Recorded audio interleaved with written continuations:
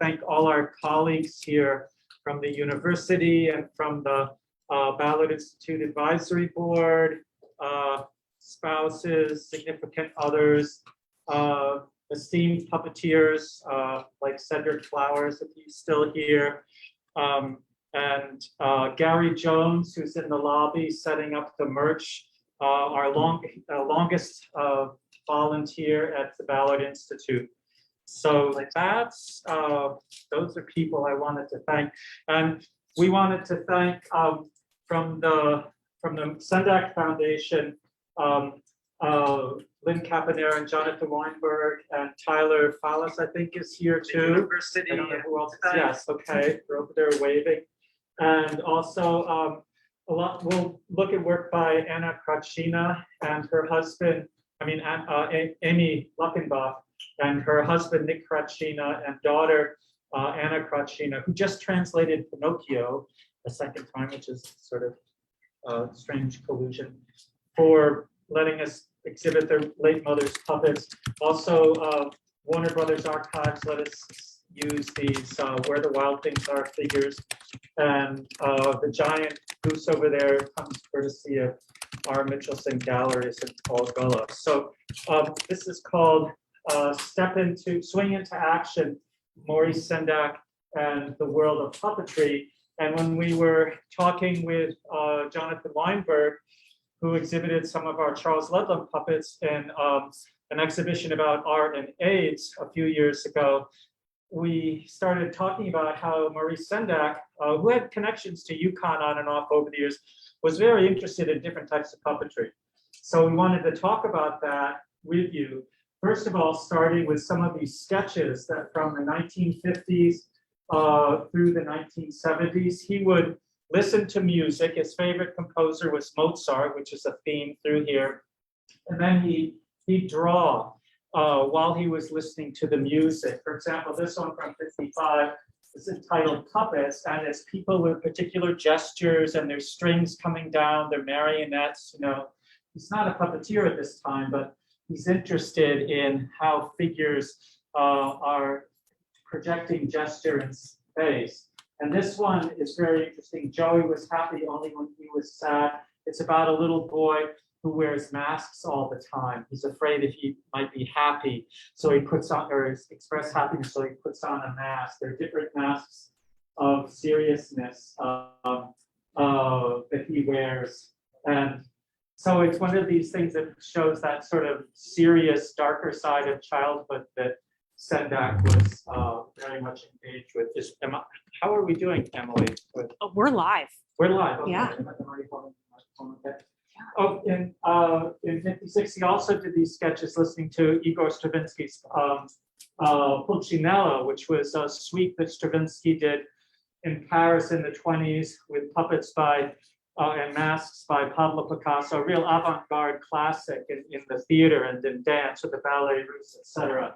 So here he is drawing these, again, figures and gestures, choreography. So he's always thinking about action and movement and character. These fantasy sketches were done, the first versions were done earlier, listening to Così fan tutte, Mozart opera, La Finta Giardiniera, Mozart comic opera, Mass in C minor and Sparrow Mass by Mozart, and the Mozart Quartet 19 in C. And he redid these for Amy Luckenbach when they were collaborating on some puppet shows. And he would listen to like Così fan tutte, which is a comic opera, and he wouldn't draw the plot of the opera. It's more like he was listening to, and then he was doing sketches about Mozart and Mozart's life and how Mozart met his, at first he had a girlfriend, then he married the girlfriend's sister, and it's all about Mozart's biography. This is more about Mozart's career as an artist, a composer, even more about this mass that he wrote. And then this one over here when he's listening to Mozart's quartet, the Dissonant Quartet, he draws these fantasy sketches about children, the survival of children, and this little baby, which you'll see the realization over there, eats a stork or a goose and flies away. A fish eats him. He finally ends up back with his mother and swallows his mother. So it's this combination of comedy and sort of menace and ambiguity about childhood. This is a hand puppet rat mouse. He called it a ratlet. It's a mouse from Nutcracker, which he did in Seattle in 1983. And this is a set model by the set designer Chris Stone of Rundabar, the opera, which was an opera we'll talk about later, that was written by, oh my gosh, Hans Kassa, and about two children who trying to buy milk for their mother, and they go into town and the guys meet him. It was performed in the Theresienstadt concentration camp during World War II, this famous supposedly model concentration camp. And that combination of sort of children's opera and menace, spoke to Sendak and his colleague, Tony Kushner, the playwright, who decided to do this opera Wunderbar. So you can see here the set design for that. Sendak collected a lot of stuff, and he had made interesting collections, so we wanted to think a little bit about what he was doing. A lot of it was from the 19th century, which is a really interesting area for art and entertainment, and also printing, because it's like a lot of new technologies. For those of us interested in toy theater, the show you just saw, some of you was like a toy theater show. That's happening. Panorama, Ido Fuzicon, early experiments in film. These combinations of images and technology are happening, and that really fascinated him. Here's two little automata, wooden things he built with his brother Jack in 1948. Maurice did the painting, and his brother Jack did all the mechanics. They were in Brooklyn. They wanted to sell these to FAO Schwartz. FAO Schwartz didn't buy them, but Maurice later got a job doing window displays at FAO Schwartz, so it worked out. And these are some of the 19th century design animated prints that he collected. A German printmaker named Meggendorfer was really into these transformation prints. And Meggendorfer had studied with a side of puppet minutiae trivia, studied with Jakob Papa Schmidt, who's a great German puppeteer. So there's some puppet connection there. But you can see here in this mechanical drawing, you pull the tab, and the fancy man riding on the horse ends up falling off the horse and the horse running away. Over there in the back, there's a man picking flowers, and it turns out one of the flowers he picks is actually the top of a woman's hat. She rises up through the clockwork mechanism and sort of frowning, and he jumps back. Over here, there's a little toy theater he collected, which is another popular art form. There's a sand toy over there where you turn over the box 3 times, and this little mouse does spins on a hurdy-gurdy. So there's a lot more of that 19th century art in his collections. And this idea of making images move is something that's interested in his whole life, and is always verging into or going right into puppetry. Another person he identified with was Mickey Mouse, as you can see here. If you can take a look at that portrait, he made self-portrait as Mickey Mouse for a TV Guide magazine story in 1978. He talks about growing up in Brooklyn and identifying with Mickey Mouse, the Mickey Mouse of the 1930s, which he considered the golden age of Mickey Mouse and the golden age of animation. And you can see some of his Mickey Mouse collection. It's mostly small figures, and he particularly liked the European figures like 1930s French Mickey Mouse paraphernalia, because it's a little bit harder, like it's more like Mickey Rat a little bit, like there's a little bit of an edge to it. So a doll, there's a cell animation from Pinocchio, a climbing toy, a mask, and this jumping jack that Jean Steig made for him. She's a children's author and married to the late William Steig. So she made it because she knew he was interested in Mickey Mouse. here he is with one of the heads for the Wild Things opera written by Oliver Knudsen in England at the Glyndebourne Festival Opera in 1984. This is more Megendorfer stuff. Very famous international circus. It's like a book when it folds out and all the audience and the circus performers fold down and perform. He has in his collection Scrappy's animated puppet theater, where you cut out these paper figures and perform with them. And here one of his early pop-up books, Mommy, where it's very much Sendak, a child looking for his mommy, and he goes into a house and he sees Frankenstein and the Wolfman and all of these different scary characters. He's not scared at all. And finally, he opens the door and his mommy turns out to be the bride of Dracula. This is getting into his after 1980s work, a set model for Hansel and Gretel, the Humperdinck opera that he did in, I want to say on the West Coast, but Houston Grand Opera, that's in the middle of the country. But typical, this is the gingerbread house, and the eyes move back and forth, all the windows open, and if you pull this comes apart, the back part comes apart, this turns around, look, it's all coming apart right now. Don't touch this, it's very delicate. But you turn it around and it's the oven. And when you first see it, there's the sort of life-size cutouts of gingerbread children that were in the oven. So he loved that combination of menace and comedy and the complicated lives of children surviving. That's something he liked to think about. Moving on, good. How's the cable wrangling going? We're gonna play Maple with the folks. I think this will have to go. So we're moving into here. Yeah, so we're gonna all move into there if you guys want. We sort of Sendak's second career, as Tony Kushner called it. Thank you, everyone. When, What a team effort. He had the success of Where the Wild Things Are and other books. And a friend of his, Frank Corsero, a director, invited him to design for opera, and so he did. He had designed the first production of Oliver Knudsen's opera Where the Wild Things Are in 1975, but in the 80s, his collaborations with Frank Corsero really got going.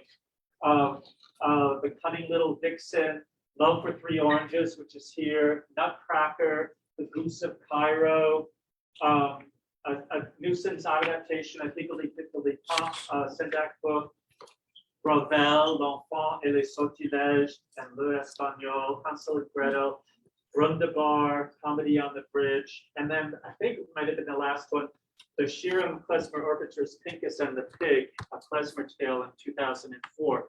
So what I like about this is that this is so joyous. Like, this is another Czech comedy, sort of ironic. Czech theater is sort of funny and also like disturbing. Kafka, the Golem, famous Prague residents. But so this is a fish from Comedy on the Bridge, which is a Czech comic opera about two sides of two warring empires on either side of a bridge and two couples. Anyway, he puts these fish in it, and you can see from the sketch that they're very sort of goofy, funny fish.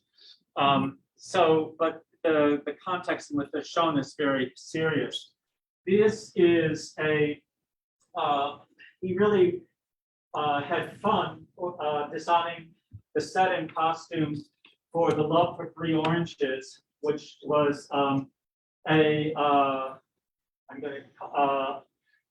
play based, or an opera based on a commedia scenario by Carlo Gozzi, and it was Prokofiev's music done in 1982 for the Glyndebourne Festival in England.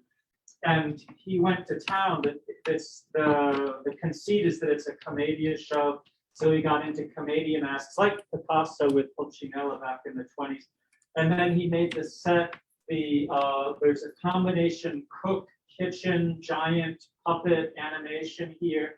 And on either side of the proscenium were two giant Punchinello flat cutout characters who moved and bent over the set. The evil, the villainess is the Fata Morgana, so he designed an inflatable puppet for that. So there's just tons and tons of hobby horses and masks and puppets in that show. And it's this kind of comic opera that he liked. In the 1998, Macy's invited him. What he was doing the animation and designs for Bell Atlantic Company Corporation, and so they invited him to make an giant inflatable version of one of the Wild Things, the character he called Moisha, which is really a self-portrait. There's a lot of self-portraits in Sendak's work, as you may know. So this is a sketch he made for the Wild Thing inflatable. Our videos is not operating at the moment, but there's a beautiful clip, you have to come back, of Sendak going to Wenatchee, New Jersey to work with the Macy's people to give modifications for the inflatable. And this armature is covered with clay, and they've done an initial sculpt for the inflatable, and he comes and says, no, the eye should be like this, and he starts playing with the clay. It's really very nice. So, and in the notes here, he has little instructions for the builder saying, well, the hands need to be different from the feet. So it's really nice in progress giant puppet design. It actually was going to fly in the '98 Thanksgiving Day parade, but it ran into a lamppost and there was a gash in the arm. So it didn't make it then. And it finally made it in 2002. But then after that, it didn't fly again. And finally, they took it apart. And supposedly they gave the eye, they cut out an eye and gave it to Sendak, the Sendak Foundation. And in the Wikipedia, it's gone or something like that. No, we have the eye. You have the eye. We have the eye, but it doesn't look so much like an eye. We could have given it to you, but it doesn't look like much. This is Jonathan Weinberg. It's like a piece of the eye. Piece of the eye. Really. So it comes off as almost like an abstraction. But it is from the original. So for me, when you see this video, like he really enjoyed this whole idea of giant puppets, and one of his figures being present in that way in a giant parade. Maybe we'll look at the goose in the room. So this is a giant goose.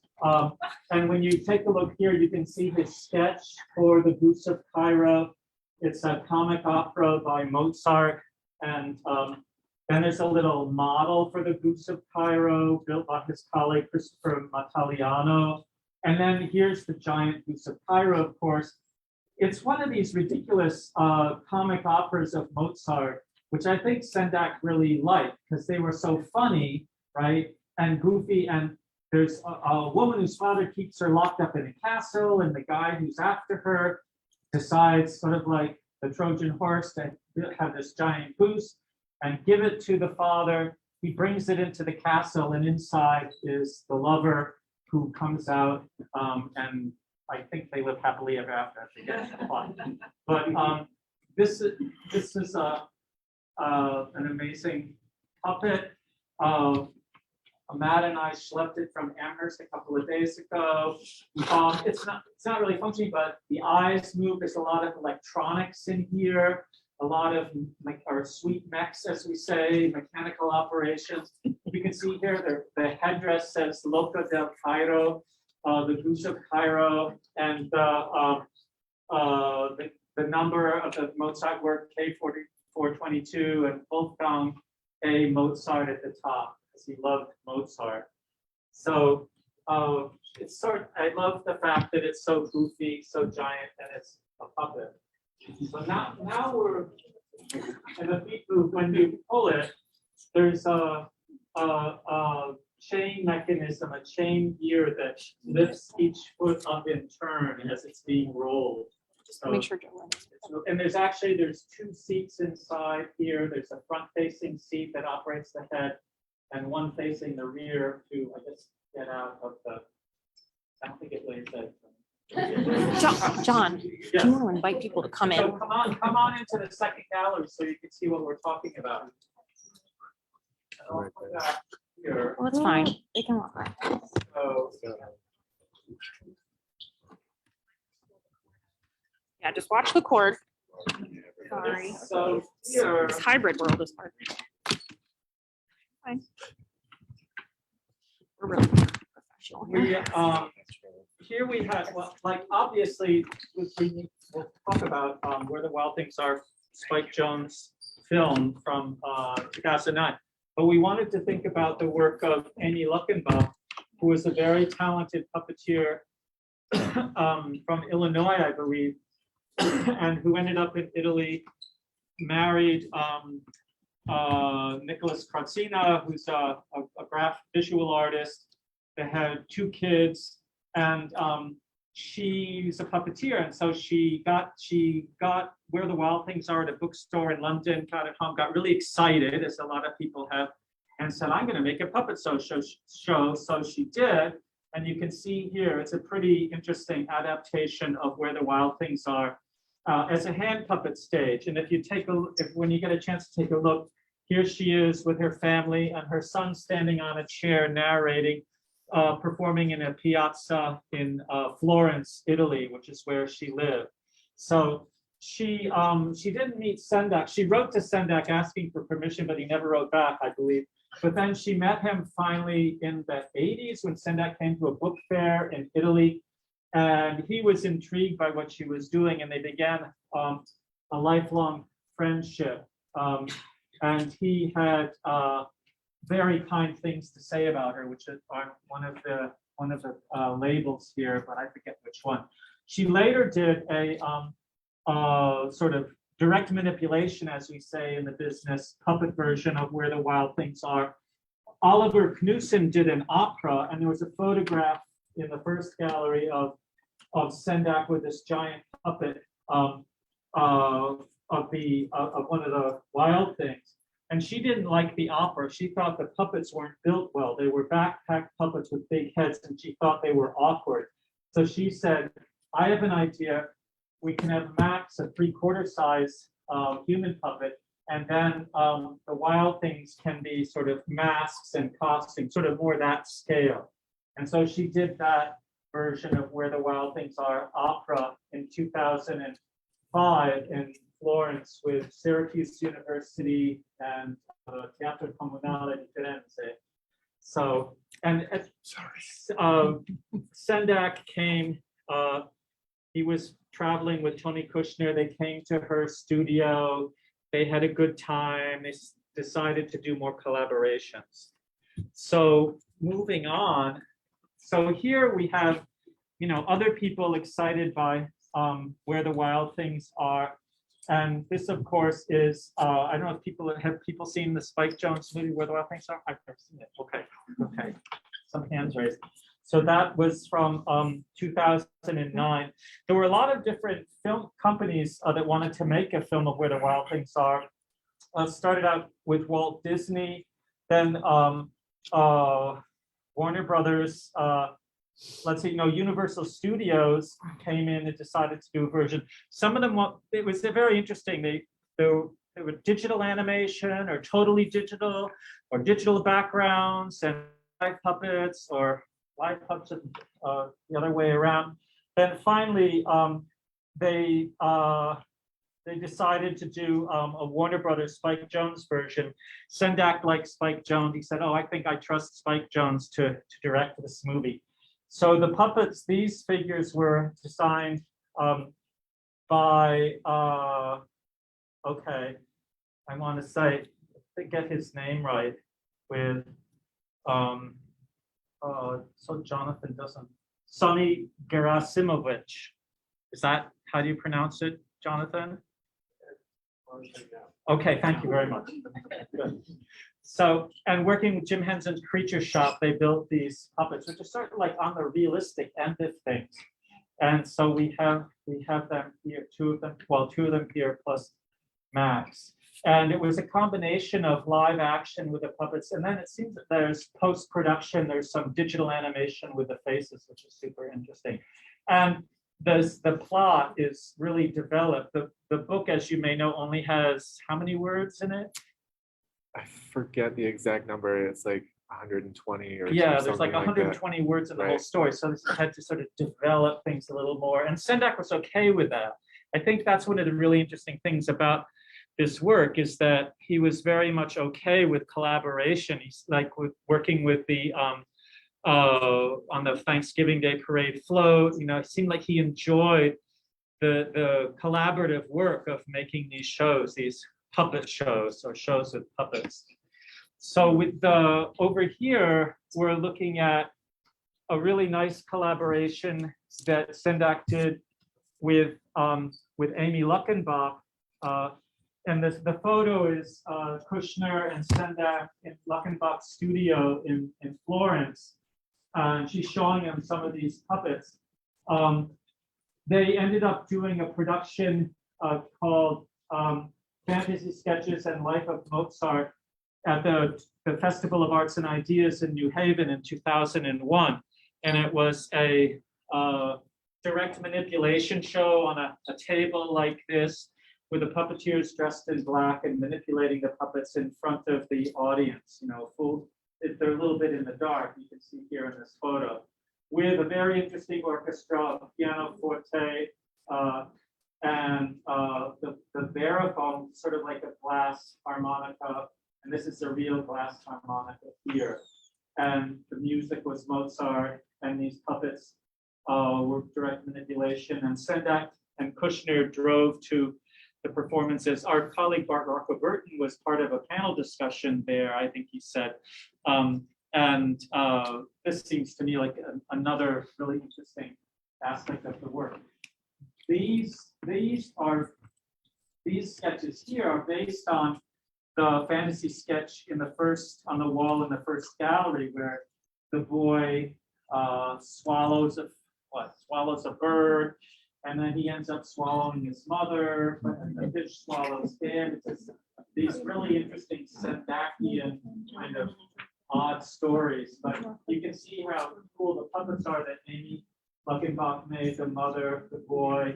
This is from a different scenario with this girl with a mirror, and I think, does this beast eat her? Yes, she's the long-necked girl. The and long-necked he's girl. The roaring beast that eats her, and the roaring beast starts small and then gets really long to swallow her whole.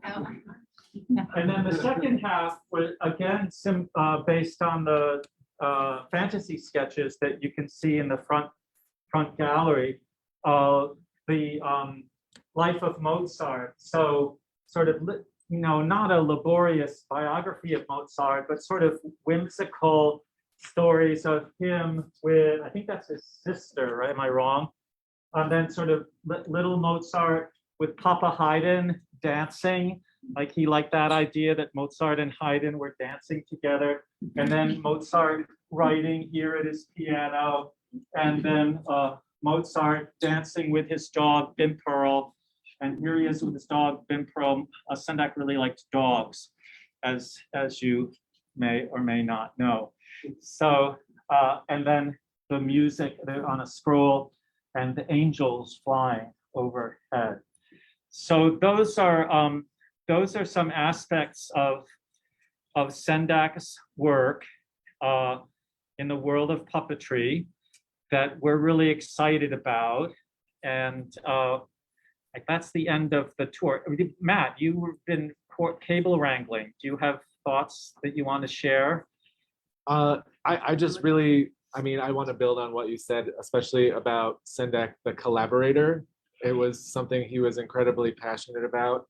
And I regret that the video is not working right now, because we did have really great clips of all of the operas that he worked on, where he went into a scene shop and was working with artists and working with other people. And he was extremely excited about that work, and it was very active and fun. Yay. Yeah, And serious Yes. and dark and funny. that too, but isn't it So all? exciting. So thank you all. We're going to have another performance of We Are All in the Dumps with Jack and Guy in a matter of mere moments here. If you didn't see the first performance, or if you want to see it again, and please feel free to walk around. And we're going to do a whole series this Saturday. We're having the beginning of our July summertime Saturday puppet shows, and with Cactus Head Puppets. Cactus Head Puppets. Thank you, Emily. So come see that this coming Saturday, the following Saturday, and the Saturday after that. There's flyers in the front of in the lobby there. And those are to- free. They're free puppet shows outdoors. So come check it out. And tonight there's a concert in the town square. Blah blah blah blah. Anything else? We have a mailing list. Yeah. Can make contributions. Thank you for coming. This is our first live event since COVID, so thank you. Well Yay. done.